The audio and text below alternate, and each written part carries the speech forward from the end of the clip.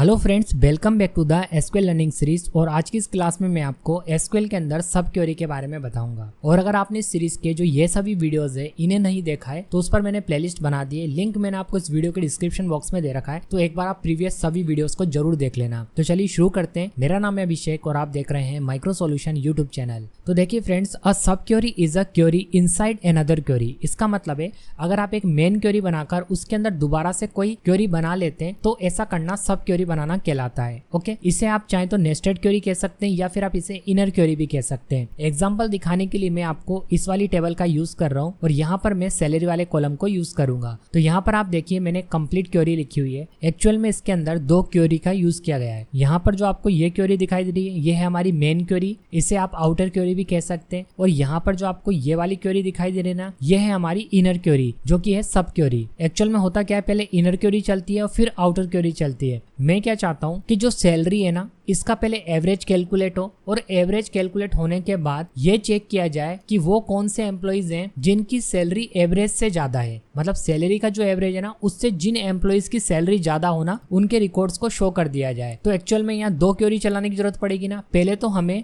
Average calculate करना पड़ेगा। तो यहाँ पर देखिए मैंने एम्प्लॉय डिटेल्स वाली टेबल में से सैलरी के ऊपर मैंने एवीजी फंक्शन चलाया। इससे होगा क्या, एवरेज कैलकुलेट हो जाएगा। तो यह है हमारी इनर क्वेरी जिसे हम सब क्वेरी भी कह सकते हैं। अब जब एवरेज कैलकुलेट हो जाएगा तो उसके बाद हमने आउटर क्वेरी के अंदर क्या करा है कि उन एम्प्लॉइज का फुल नेम और सैलरी शो कर दी जाए जिनकी सैलरी ग्रेटर देन हो किससे, जो एवरेज कैलकुलेट हुआ है उससे। तो इस क्वेरी को एग्जीक्यूट करने पर हमारे सामने उन एम्प्लॉइज की लिस्ट आ जाएगी जिनकी सैलरी एवरेज से ज्यादा है। तो चलिए मैं आपको चलाकर दिखाता हूँ। तो यहाँ पर मैंने अपना माइस्क्यूएल वर्कबेंच ओपन कर लिया है। अब सबसे पहले मैं डेटाबेस को सेलेक्ट कर लेता हूँ जो कि है कंपनी।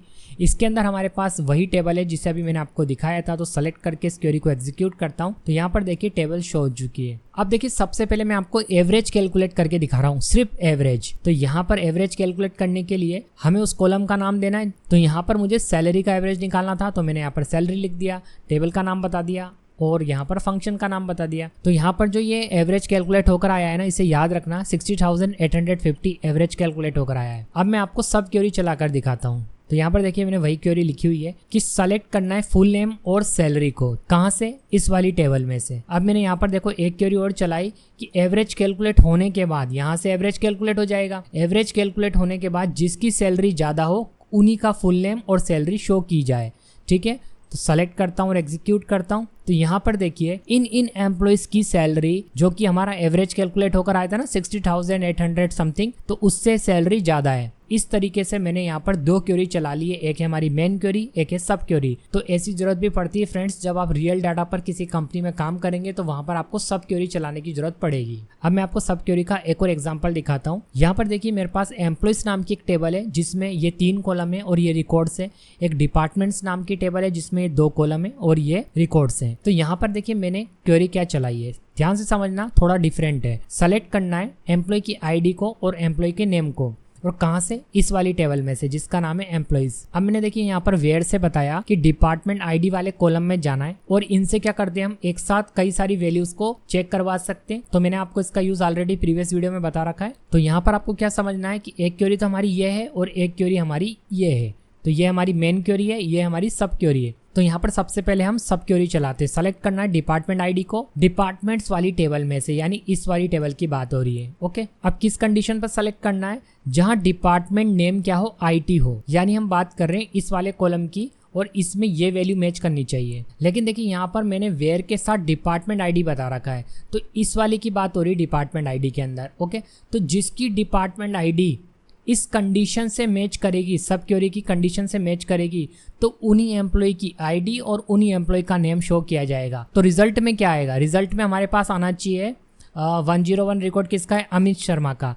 तो यहाँ पर हमारे पास रिजल्ट में ओनली अमित शर्मा आना चाहिए क्योंकि इसकी डिपार्टमेंट आईडी इससे मैच कर रही है। तो चलिए इस क्वेरी को मैं आपको एक बार चलाकर दिखाता हूँ। सबसे पहले मैं आपको एम्प्लॉइज वाली टेबल दिखा रहा हूँ। तो ये हमारी एम्प्लॉइज वाली टेबल हो गई जो अभी मैंने आपको दिखाई थी, और एक बार मैं आपको डिपार्टमेंट्स वाली टेबल दिखा देता हूँ। तो ये हमारी डिपार्टमेंट्स टेबल हो गई। तो यहाँ पर देखिए वही क्वेरी है जिसे अभी मैंने आपको एक्सप्लेन किया। डिपार्टमेंट नेम जिसका आईटी होगा वही एम्प्लॉय आईडी और वही नेम शो किए जाएंगे एम्प्लॉय के।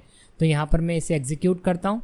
तो यहाँ पर देखिए ओनली रिजल्ट में अमित शर्मा शो हुआ है। तो कुछ इस तरीके से भी आप इनके साथ एक और नई सब क्वेरी चला सकते हैं। अब देखिए फ्रेंड्स, मैं आपको सब क्वेरी का एक और यूज केस दिखाता हूँ।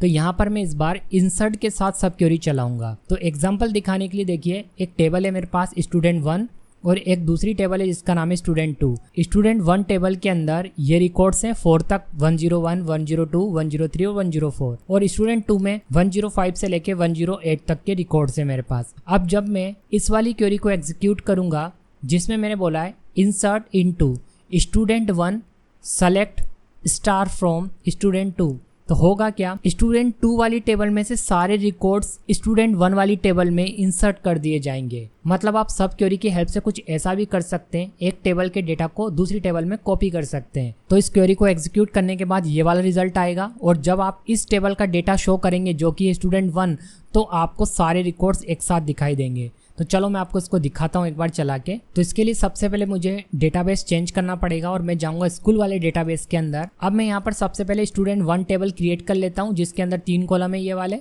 सेलेक्ट करता हूँ, एग्जीक्यूट करता हूँ, टेबल क्रिएट हो गई, और स्टूडेंट 1 में मैं ये रिकॉर्ड इंसर्ट कर लेता हूँ। ठीक है, और ये रिकॉर्ड इंसर्ट हो चुके हैं। अब ऐसे ही मैं स्टूडेंट 2 वाली टेबल बना लेता हूँ, इसे सेलेक्ट करता हूँ और एग्जीक्यूट कर देता हूँ।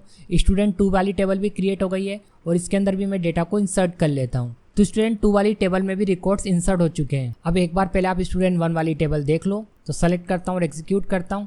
तो यहाँ पर देखिए स्टूडेंट 1 टेबल आ चुकी है, और अब मैं स्टूडेंट 2 वाली टेबल भी दिखा देता हूँ। तो ये है हमारी स्टूडेंट 2 टेबल जिसमें 105 से लेके 108 तक के रिकॉर्ड हैं। अब मैं यहाँ पर इंसर्ट इनटू कमांड के साथ सब क्वेरी चला रहा हूँ।